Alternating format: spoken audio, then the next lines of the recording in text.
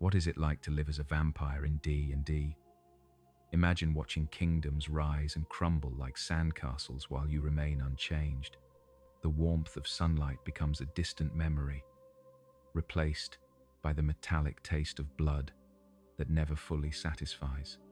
I have walked this world for 376 years, collecting secrets and regrets in equal measure. My name is Edrin Vale, once a noble knight, now something else entirely. The mortals I once protected now tell frightening stories about me around their fires. They call me monster, demon, the blood count. Sometimes I wonder if they are right. When eternity stretches before you like an endless night, what meaning can you find in darkness?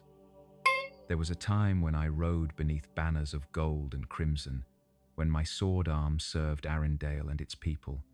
They called me the shield of the Eastern Vale. I saved lives. I protected the innocent.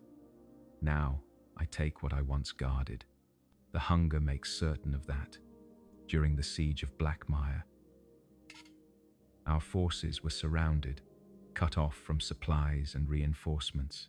For 6 days we held the outer walls against Lord Karth and his armies. On the 7th night, something else joined the battlefield. Something ancient that moved through shadow and mist. I remember standing at my post, watching the clouds drift across the moon. Then pain unlike anything I had ever known. Teeth at my throat, a voice whispering promises of power and vengeance. When I awoke, the battlefield was silent, the armies gone, and I was alone with a thirst that burned like fire. I returned to my keep at Highcrest. My wife Alara did not recognize the thing I had become. She saw only a monster wearing her husband's face. When I reached for her, she recoiled. The hunger took control then. I remember her eyes, the way they changed from fear to emptiness. My sweet Alara, who once said my heart was too gentle for a warrior.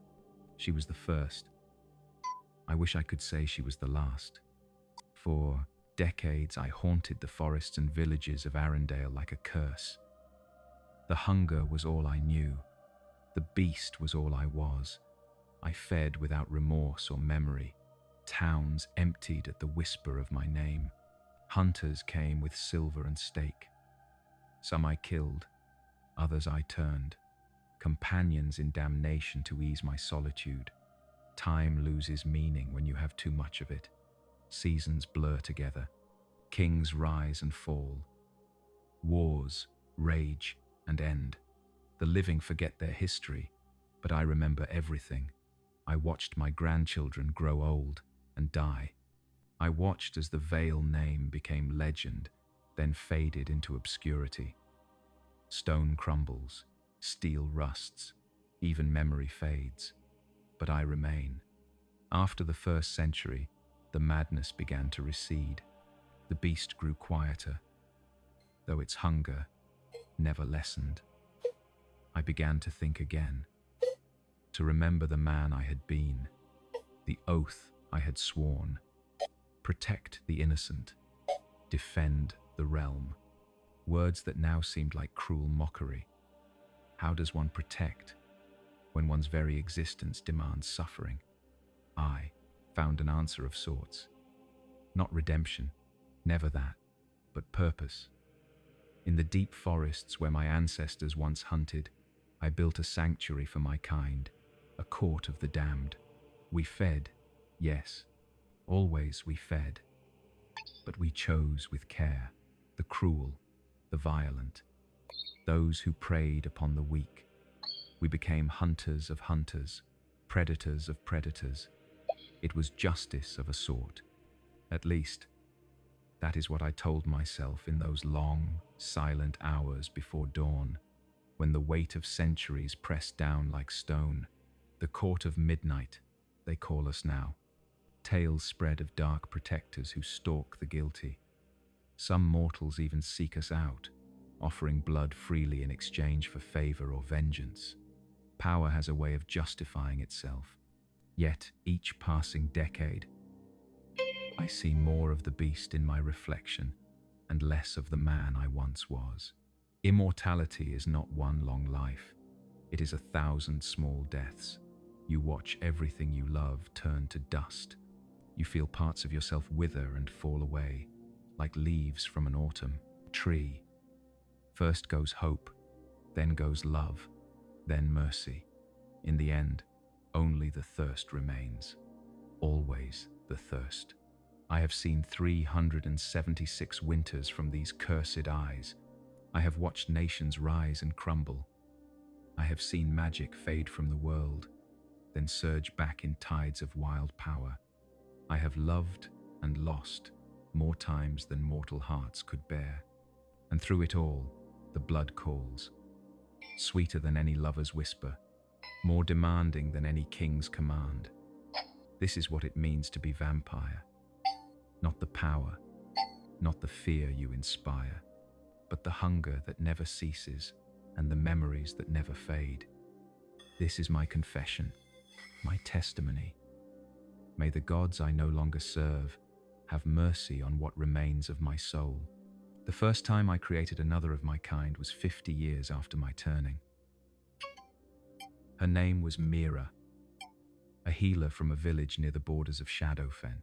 I had watched her for weeks, moving through the night as mist and shadow. She worked tirelessly as plague ravaged her. People, never sleeping, barely eating. Night after night, I saw her emerge from homes of the sick, her face drawn with exhaustion, but her eyes still kind. On the 7th night, riders came, mercenaries claiming the village had failed to pay its taxes to the new lord of the region. They took what little food remained. When Mira stood against them, they struck her down, left her bleeding in the village square. I felt something stir within me then, not the hunger, but something older, a memory of duty, honor. I slaughtered the mercenaries in a frenzy of fang and claw. The beast rejoiced in their blood. But when I came to Mira, dying in the mud, the man in me wept. She looked up at me, this monster, covered in gore, and showed no fear, only a healer's assessment. "I am dying," she said, "but you are already dead. There is another way," I told her. "A half-life, a cursed life, but time enough to save your people." She asked no questions about the cost, only nodded once, her gaze steady on mine. "Then do it." I turned her that night, taught her to control the hunger. Together, we saved what remained of her village from the plague. For 30 years, we traveled the realm, appearing wherever suffering was greatest. The midnight healers, whispered the common folk, angels with bloody teeth. Mira never regretted her choice, not even when we watched the last of her patients grow old and die while we remained unchanged. "We have saved more than we have taken," she would say. The scales balance. I envied her certainty, her purpose. Eventually, she left to establish her own sanctuary in the far north. We still correspond through messages carried by the ravens that seem drawn to our kind. Her last letter spoke of a growing darkness beyond the Frostspire Mountains, ancient things awakening. She asked for my help. I have not yet replied. Some nights, the weight of eternity becomes too heavy to bear. I wonder often if true death would be a mercy, to finally rest, to be free of the hunger. I have existed so long that I can scarcely remember what it felt like to truly live. Yet I cling to this half-existence. There is something monstrous in that, something pitiable as well. The worst part is not the bloodlust. It is the clarity that comes after feeding. For a brief time, I am almost alive again. I can feel something like warmth, something like peace. In those moments, I remember every life I have taken, every promise broken. The weight of centuries of regret comes crashing down, and I understand with perfect clarity what I have become. Then the hunger returns, and the cycle begins anew. I have walked the grey wastes of Hades, where the souls of the hopeless wander. I have stood before the gates of Baator and felt the heat of infernal fires on my face. The plains beyond the mortal realm hold no fear for one such as I. Death rejected me long ago, or perhaps I rejected it. The distinction matters little now. There are other immortals who seek me out occasionally, liches with their phylacteries and endless schemes, ancient dragons in human form, curious about a different kind of eternal life, even fey lords from the Feywild, bored with their timeless revelry. We recognize something in each other. The terrible weight of too much time. Only the elves truly understand. They, who can live nearly a millennium through natural means, comprehend the burden of watching the world change while remaining apart from it. An elven priestess of Sehanin once told me that my curse was not immortality but stagnation. True life requires growth, she said. You exist, vampire, but you do not live because you cannot change. I drove her away with rage and denial. Later, I wept blood tears because she had spoken truth. There is a unique agony in watching history repeat itself. Mortals make the same mistakes, fight the same wars, pursue the same futile ambitions. From my mountain sanctuary, I have watched Arendelle fall and rise and fall again. Different banners, different names, same stories. I have journals filled with observations spanning centuries. They read like the ramblings of a madman. Perhaps that is what I am. Sometimes I walk the ruins of Highcrest. My ancestral home. Nature has reclaimed most of it. Vines twist through broken stone. Trees grow where my children once played. Only the family crypt remains relatively intact. Protected by wards, I renew each solstice. Elara lies there, alongside our sons and daughters, their children, their children's children. I bring wild flowers when I visit, a poor offering for all I have taken.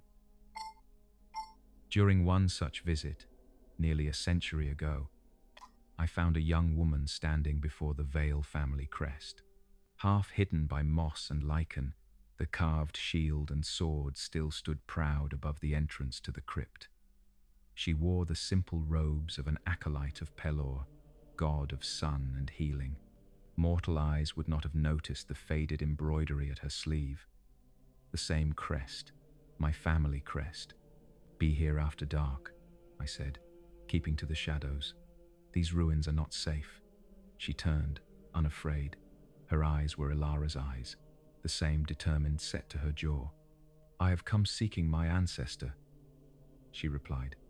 Edren Vale, the betrayer of Arendelle. The title struck like a physical blow. Betrayer. Is that how history remembered me? He died centuries ago, I said carefully. No, she corrected. He was transformed. Cursed. He became Edren Nightvale, the Blood Count. My order believes he still exists. And if he does, what would you do, little priestess? Her hand went to a symbol at her throat, the sun disk of Pelor. I would destroy him, release his soul from darkness. I could have killed her in that moment.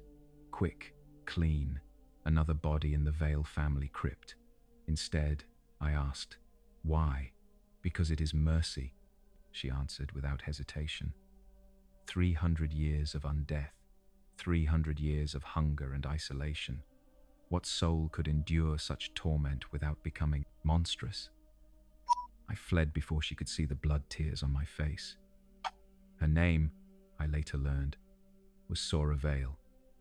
She had dedicated her life to tracking down and destroying the creature I had become, not from hatred, but from mercy, a mercy I was not certain I deserved. For months, I watched her from afar as she traveled from village to village, gathering stories, following the trail of the Blood Count. My trail. She was clever. So, like Elara, it made something in my chest ache with forgotten emotion. I made certain she never came too close, sent my ravens to mislead her, left false clues that led away from my sanctuary and my court. I told myself I was protecting her. The truth was more selfish. I could not bear to see revulsion in those familiar eyes when she discovered what her ancestor had become. The game came to an end on the winter solstice, the longest night of the year. I returned to the crypt as was my custom, bringing winter roses for Ilara's grave. Sora was waiting, no longer an acolyte but a full cleric of Pelor, her robes white and gold, her holy symbol blazing with inner light. The trap was well laid, consecrated ground, symbols of warding hidden beneath fresh snow, even vials of holy water positioned among the graves, ready to be deployed. She said, and hearing my name, my true name from lips so similar to my wife's, nearly brought me to my knees. By the power of Pelor, the burning hatred, your unnatural existence ends tonight. I made no move to defend myself or flee. 3 centuries of existence weighed on me like iron chains. Perhaps it was time. Perhaps this descendant of my blood had come to deliver the mercy her order promised. Before you cast your judgments, cleric, I said, I would speak with you. One conversation. Then, if you still wish it, I will submit to whatever fate your god demands. Suspicion warred with curiosity in her expression. Finally, she nodded once. Speak then. Vampire, dawn comes, and with it, your judgment. And so I told her everything. The siege, the turning, the long, blood-soaked decades of mindless hunger, the slow return to consciousness, my attempts to direct the curse towards some purpose, the court of midnight, and our dark justice. I spoke until my throat was raw, until the eastern sky began to lighten with approaching dawn. Sora listened in silence, her expression unreadable. When I finished, she studied me for a long moment. You truly believe you serve some purpose, that your court dispenses justice? We feed regardless, I answered honestly. At least this way, we choose those who have already brought suffering into the world. And who are you to judge? She demanded. What god granted you that right? None, I admitted. I claimed it, as your order claims the right to destroy my kind. That gave her pause. The sky continued to lighten. Soon, the first rays of sun would crest the mountains. On consecrated ground such as this, those rays would burn like divine fire. I have hunted you for 5 years, Sora said finally. In that time, I have destroyed 11 vampires, monsters who slaughtered without discrimination or remorse. You are the first to speak of purpose, of restraint. Does that change your judgment? She touched the sun disk at her throat. My order teaches that undeath is an abomination, that the souls of vampires are trapped in torment, unable to find peace in the afterlife. Is that true? I thought of the grey wastes, of the gates of Bartor. I believe my soul was damned long before I became this thing. But yes, there is torment in immortality, in hunger that never ceases, in watching everyone you love turn to dust. The first ray of sunlight appeared over the mountains. I felt its burn, even in the shadow of the crypt entrance. Sora saw me flinch and made her decision. She reached into her robes and withdrew, not a weapon, but a vial of dark liquid. This contains the blood of 7 innocent volunteers, freely given, she explained. Mixed with blessed herbs and sanctified by prayer, it will not cure your condition. Nothing can. But it may help manage the hunger, ease the torment. I stared at the vial in disbelief. You offer help rather than destruction.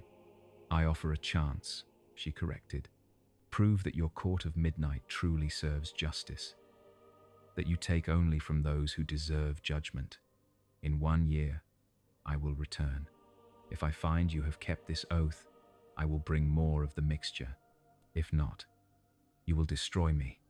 I finished. With mercy, she promised. But, utterly, she placed the vial on the ground between us and stepped back, her hand still on her holy symbol. I retrieved it cautiously. Why? I asked. Why risk this? Your order. My order seeks to end suffering, Sora replied. Perhaps this serves that purpose better than destruction, and perhaps, she added softly, I am not ready to kill the last of my bloodline, monster though he may be. She departed as the sun rose fully, leaving me crouched in the deepest shadows of the crypt, clutching the vial and feeling something I had not experienced in centuries. Hope, small and fragile as a bird's egg, but present nonetheless. That was 27 years ago. Sora has returned each winter solstice with her mixture of freely given blood and blessed herbs. I have kept my oath. More than that, I have disbanded the Court of Midnight, sending my progeny to establish their own sanctuaries with the same principles. We feed only on those who have blood on their hands already. We dispense a dark justice from the shadows. It is not redemption, never that, but it is purpose. Sora is an old woman now, silver-haired and frail, but with the same determined set to her jaw, the same fire in her eyes. She has trained apprentices to continue her work after she is gone, to continue our unusual covenant. Some of them look at me with disgust barely concealed, others with pity, a few with cautious respect. I deserve none of these reactions, but I accept them all. Immortality is not one long life, but 1,000 small deaths. Yet sometimes, rarely, it also offers unexpected rebirths, chances to remember what it meant to be human. I am still a monster. The hunger still claws at me each night, but I am a monster who remembers duty, honor, perhaps even a shadow of love. There is a grove near the ruins of Highcrest, where moonflowers bloom, even in deepest winter. When this tale ends, if you seek answers or purpose of your own, you might find me there on nights when the moon is full. Bring neither stake nor sword. I have faced enough of both to last eternity. Bring instead questions, stories, memories. These are the currencies most precious to one who has lived too long. In exchange, I offer perspective that only centuries can provide. Wisdom earned through suffering and blood. A monster's counsel, to be sure, but perhaps of value nonetheless. I am Adrian Varley, Shield of the Eastern Vale. The Blood Count, last knight of Highcrest. I have walked this world for over 376 years, and I have learned that immortality's greatest curse is not the hunger for blood, but the hunger for meaning in an existence that stretches beyond all natural bounds. This is what it means to be vampire, not just predator, not just monster, but witness, memory keeper, a dark mirror held up to humanity's brief, burning lives. We are the shadows you fear, yes, but also the shadows that remember you when all else has forgotten. May your lives be brief and bright, dear mortals, and when darkness comes, as it must to all, may it bring the peace that has eluded me these many centuries. I watched Arendelle burn during the Mage Wars. From my sanctuary in the mountains, the fires looked like fallen stars. The arcane energies released during that conflict twisted reality itself, turning forests to crystal, lakes to acid, living creatures to statues of salt or ash. For 3 days and nights, the sky boiled with colors no mortal eye was meant to see. When it ended, half the kingdom was wasteland, the other half poisoned by wild magic that lingers still. Centuries later, I ventured down when the fires cooled, walked through the ruins of villages where I had once fed, cities I had protected in my living days. The devastation was absolute. Few survived, and those who did were changed, marked by magic in ways both subtle and profound. Children born with too many fingers or eyes that shifted color with their moods, plants that whispered in forgotten languages, animals with uncanny intelligence or unnatural appetites. In the ruins of what had once been the royal palace, I found a young girl singing to herself amidst the rubble. No more than 7 winters old, her skin bore swirling patterns that glowed faintly in the darkness. She showed no fear when I approached, only curiosity. "Are you a ghost?" she asked. "Mother said the dead would walk when the wizards broke the world." "Something like that," I replied, kneeling to meet her gaze. "Where is your mother now?" The girl pointed toward a collapsed section of wall. "Under there." She told me to run, but then the sky turned inside out, and everything got heavy. I could not move her. I smelled the blood before I saw it, seeping from beneath the rubble, fresh enough to stir the hunger. Even after feeding recently, the beast within me stirred, but I forced it down. "What is your name, child?" "Lyra," she answered. "Are you going to eat me now?" The question, asked with such matter-of-fact acceptance, startled a laugh from my cold lungs. "No, Lyra, I am not going to eat you.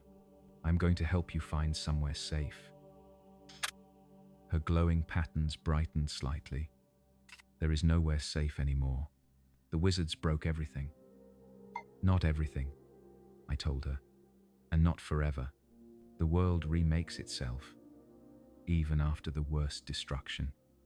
I took her to a settlement of survivors on the world, Kingdom's Edge, where the magical devastation was less severe.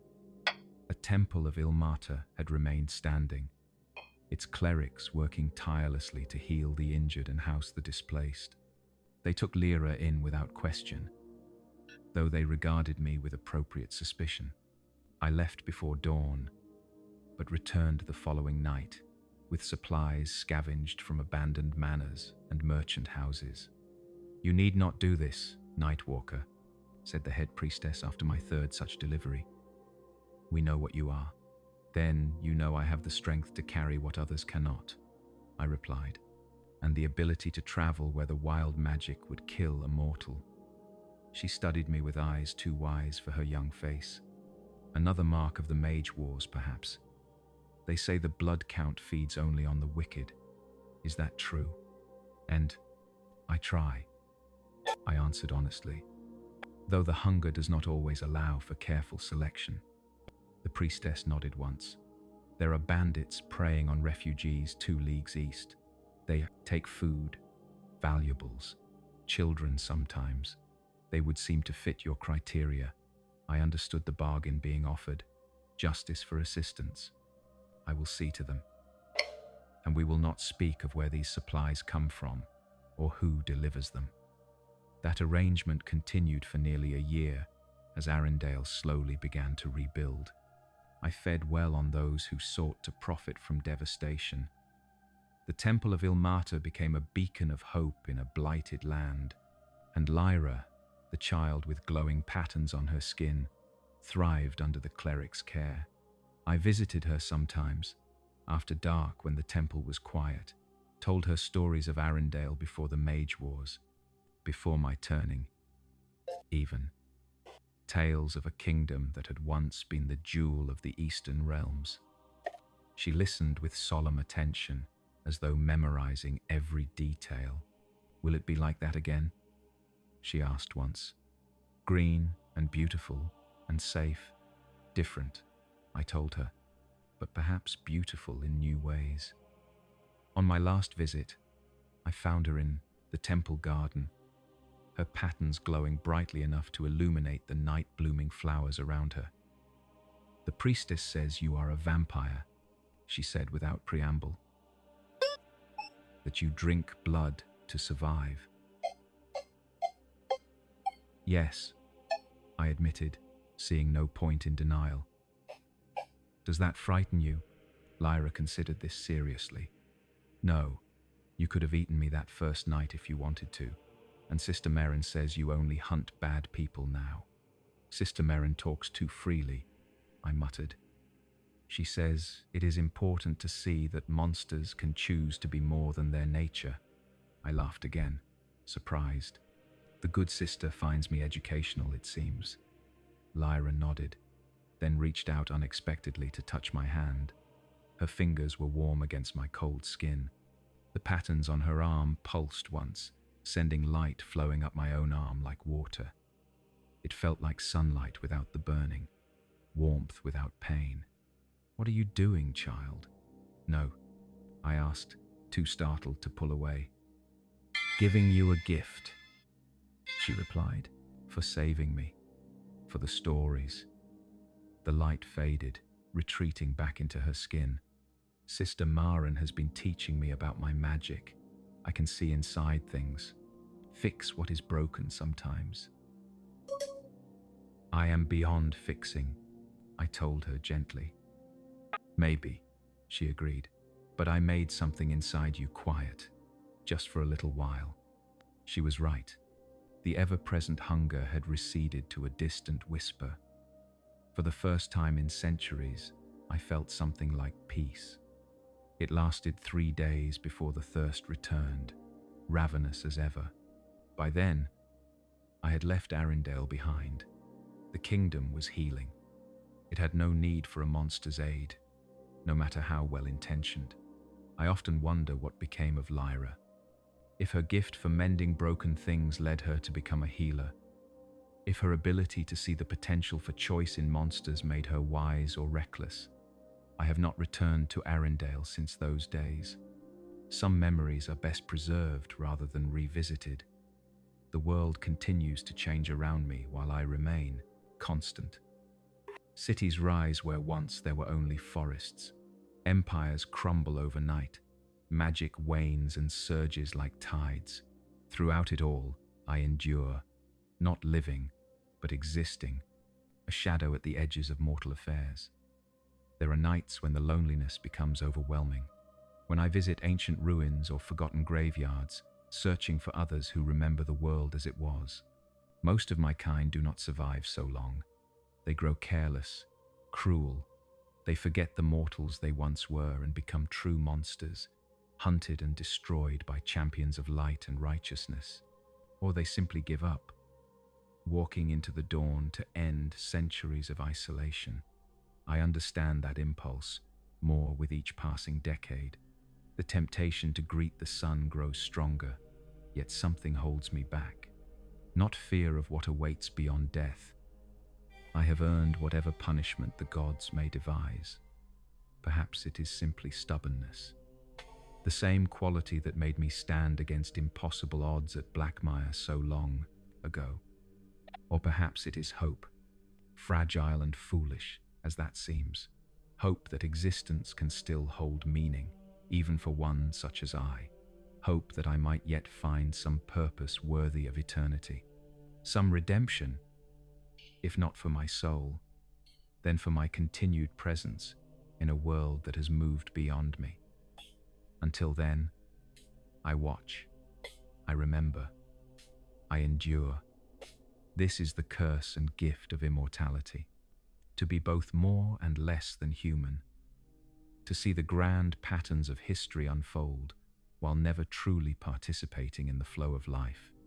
To exist outside of time while being painfully aware of its passage.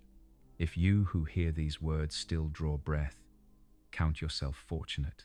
Your heartbeat is a drum measuring out a finite existence, each moment precious because it cannot be reclaimed. You are alive in ways I can only dimly recall. Cherish that gift, even in its brevity, especially in its brevity. For what is life without death but an endless twilight? What is joy without the knowledge of its passing? What is love without the precious fragility of mortal hearts? I am Edrin Vale, and I have walked this world for 376 years of unlife. This is my testimony, my confession, my warning. Immortality is not transcendence. It is stagnation wrapped in power, a prison of endless night. Yet even in darkness, meaning can be found. Purpose, not redemption perhaps, but something that makes the weight of centuries bearable for one more night, and then another, and another after that, until the final dawn comes, as it must for all things, even vampires, even me. The Raven Court convened for the last time on the winter solstice, 50 years ago. My progeny gathered in the great hall of our mountain sanctuary, 24 vampires of varying ages and temperaments. Some had walked the night for centuries. Others were relatively young, turned within the last few decades, all bound by the oath I had required of them, to feed with purpose, to remember what it meant to be human, to serve a justice darker than mortal law, but justice nonetheless. The world is changing, I told them as they took their places around the obsidian table. Mortal hunters grow more organized, more knowledgeable, their weapons and magic more precisely tailored to our vulnerabilities. The shadows we have dwelled in for so long grow narrower with each passing year.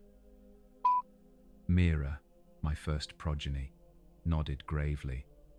The Order of the Burning Dawn hunted 3 of my sanctuary last month. They knew our resting places, our feeding grounds, even the secret ways we travel between planes. Others shared similar tales, close escapes, lairs discovered, mortal servants compromised or turned. The pattern was clear to all. Our time of relative safety was ending, said Cavan, one of the youngest and most aggressive of my bloodline. We have strength they cannot match, magic they cannot counter. Why should we hide like prey when we are the ultimate predators? A murmur of agreement rose from several of the collar, younger vampires.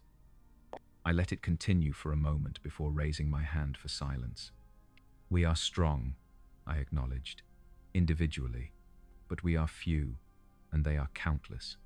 More importantly, such a war would force us to abandon what restraint we have maintained, to feed indiscriminately, to create armies of our kind without care for their quality or control.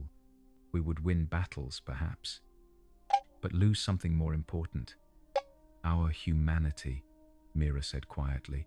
What remains of it? Precisely, I agreed. We have walked a narrow path between monster and guardian, between predator and judge. That path would be lost to us in war. Cavan sneered, revealing fangs still stained from recent feeding. What use is humanity to vampires?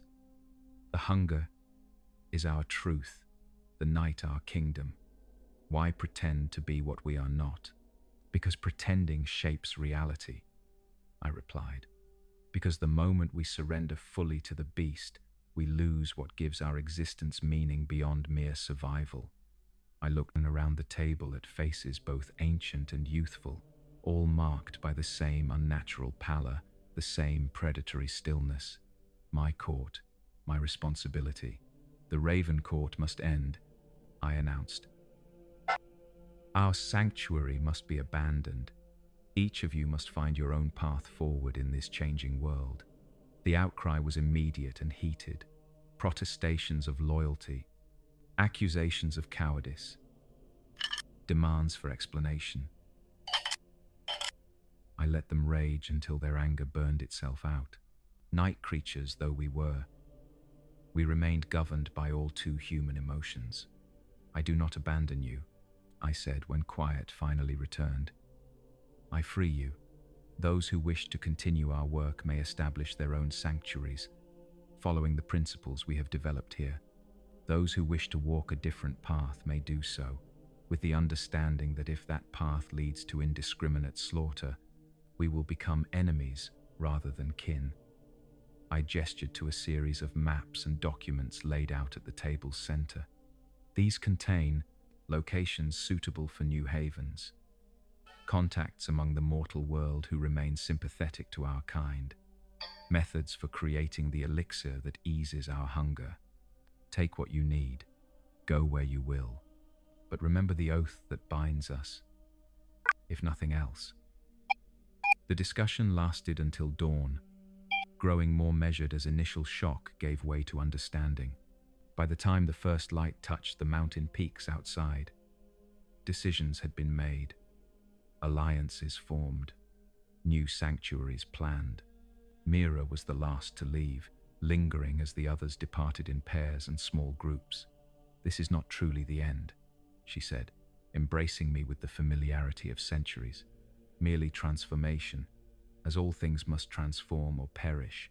"When did you become so wise?" I asked, smiling despite the weight in my chest. "I had a tolerable teacher," she replied, "for all his brooding and self-recrimination." We both laughed then, the sound echoing strangely in the now emptied hall. Mira sobered first, her expression growing serious. "What will you do now, old friend? Where will you go?" "There is a grove near the ruins of Highcrest where moonflowers bloom even in deepest winter. I think I will go there, watch over what remains of my family's legacy. When necessary," I admitted, "but carefully, always carefully."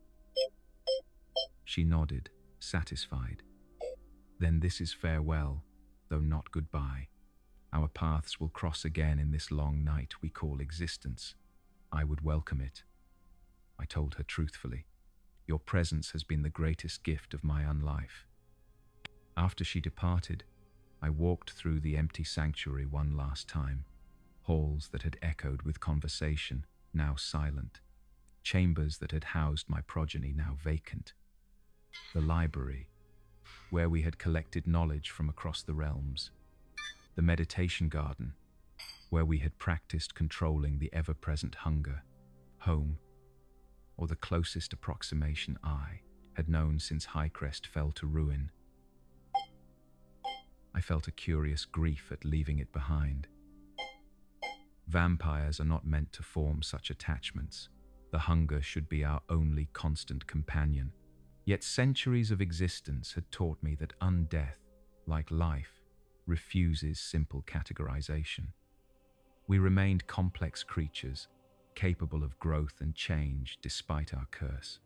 I left as the sun reached its zenith, traveling in the form of mist through mountain passes and hidden tunnels, until I reached the deep forests surrounding the ruins of Highcrest. The grove I sought had once been a garden, tended by Alara during our mortal lives. Now it grew wild and strange, touched by the lingering magic of the Mage Wars.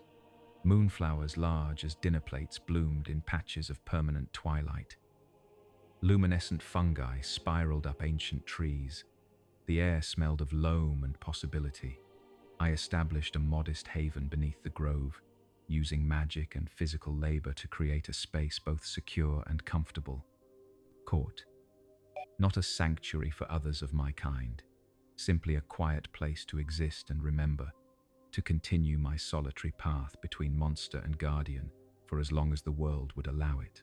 Sora found me there, of course. Her tracking skills remained impressive despite her advancing age.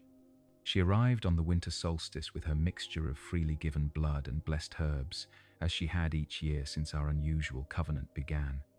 We shared conversation beneath the moonflowers, speaking of changes in the world above, the rise of new kingdoms, the rediscovery of ancient magics, the ongoing tension between mortal realms and the planes beyond. "The Order of the Burning Dawn grows more influential," she mentioned, watching my expression carefully. "They have the ear of kings now, the blessing of high temples." "Your order?" I asked, though I knew the answer. Sora shook her head, silver hair catching the light of the glowing fungi. "No longer. We parted ways some years ago. Differences regarding the nature of mercy. I understood what went unspoken. The Burning Dawn sought elimination of my kind without exception. Sora still believed in the possibility of coexistence. of vampires who could be more than mere monsters. She had staked her reputation, perhaps her soul, on that belief. "Are you in danger?" I asked. She laughed, the sound brittle with age but still familiar enough to stir ancient memories. "Always. But not from them. Not yet. I am still respected enough to be humored rather than hunted." "And your apprentices?" "Divided," she admitted. "Some remain committed to our approach. Others have been drawn to the certainty the dawn offers. Black and white, good and evil, much simpler than our grey path." I nodded, understanding all too well. The world prefers simple narratives. Monster and hero, predator and prey. The truth is rarely so clean. "Yet we continue to seek it," Sora said, reaching out to touch my hand briefly. The same gesture Lyra had, made so many decades before, though without the magical light, just human warmth against vampiric cold. That is what separates us from beasts, I think. The stubborn insistence on finding meaning beyond mere survival. We spoke until midnight, when she departed for the small cottage she maintained at the forest's edge. I watched her go with the peculiar ache that came from seeing mortal frailty in one who carried my blood. She would not make many more such journeys. Time, that most patient of hunters, would claim her eventually, as it claimed all mortals.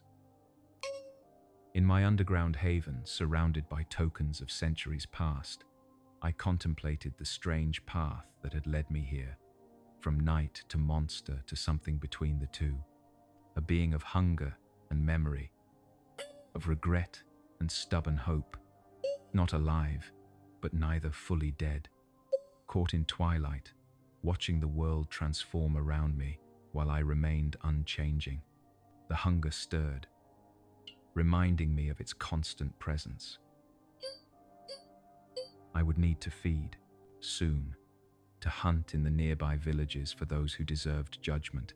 The oath I had sworn to myself, to Sora, to the memory of what I had once been, demanded nothing less. Yet I found myself considering the young priestess's words about the Order of the Burning Dawn. Their rise meant greater danger for my kind, for my former court, now scattered across the realms, perhaps even for Sora and her apprentices, should their protection of vampires become more widely known.